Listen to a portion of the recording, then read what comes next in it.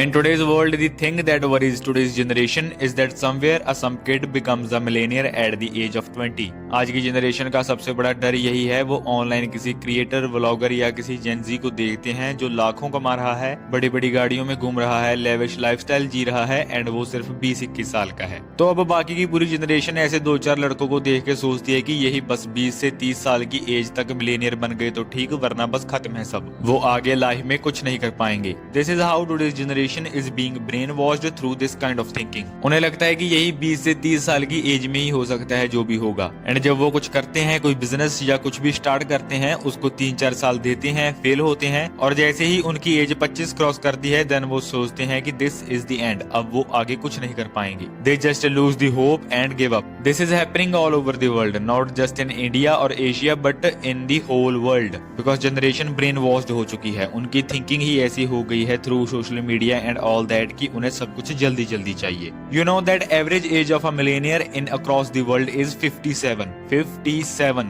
इन social media trends ये सब 2-4 cases को देख के खुद को ब्रेन वॉश मत होने दो। 25 से तो एक व्यक्ति की लाइफ जस्ट शुरू होती है, इस एज से तो उसको रियलिटी हिट करने लगती है। But because of some kid was lucky and get everything in the blink of an eye, तो अब सबको लगता है कि वो भी यंगेस्ट मिलेनियर बिलियनियर बनेगी। नहीं सर, ऐसा नहीं है, लाइफ कोई मूवी नहीं है। हाँ ठीक है, किसी जगह कोई व्यक्ति अर्ली एज में सक्सेसफुल हो गया, दैट्स ओके, वो उसकी लाइफ है, उससे इंस्पिरेशन लो और तुम अपना काम पे लगो। ये इंपॉर्टेंट नहीं है कि अगर उसको 20s में मिल गया तो तुम्हें भी वैसे ही मिल जाएगा। मे बी आज ही तुम उससे एज में बड़े हो या उसके जितने ही हो, बट इस सबसे तुम्हें क्या, सबकी डिफरेंट लाइफ है, सबकी डिफरेंट जर्नी है। तुम्हें अपनी लाइफ के ऊपर फोकस करना चाहिए, ना कि उन वर्ल्ड के 2-4 बेटर गेटिंग चांसेस वालों के ऊपर जो लाइफ में अर्ली सक्सेसफुल हो गए। इट्स ओके, सबको वैसा नहीं मिलेगा और ना ही वैसे की तुम्हें ज्यादा उम्मीद रखनी चाहिए। उससे मोटिवेशन लो, काम करो, बट एज पर एज उसकी एंड खुद की देख के होप मत लूज करो। It's your life, examine it, observe it and accept it. Accept what it is giving to you. There is a one stoic proverb, in one place you should oppose yourself, in another be angry with yourself, but there is need of that which comes last,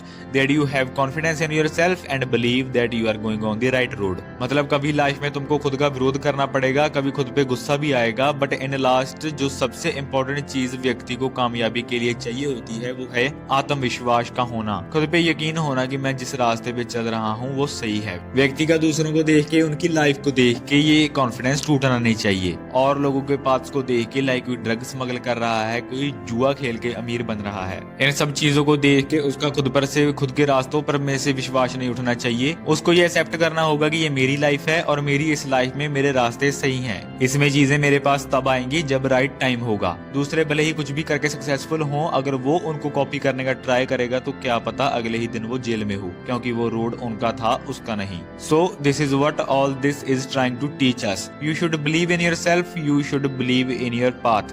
Everyone's life is different, everyone's journey is different. You should focus on yours and walk on it in your own style. Remember, it's 57, the average age of a millionaire. Don't let social media brainwash you. Maybe you will get it when you are 40. Just do the shit, man.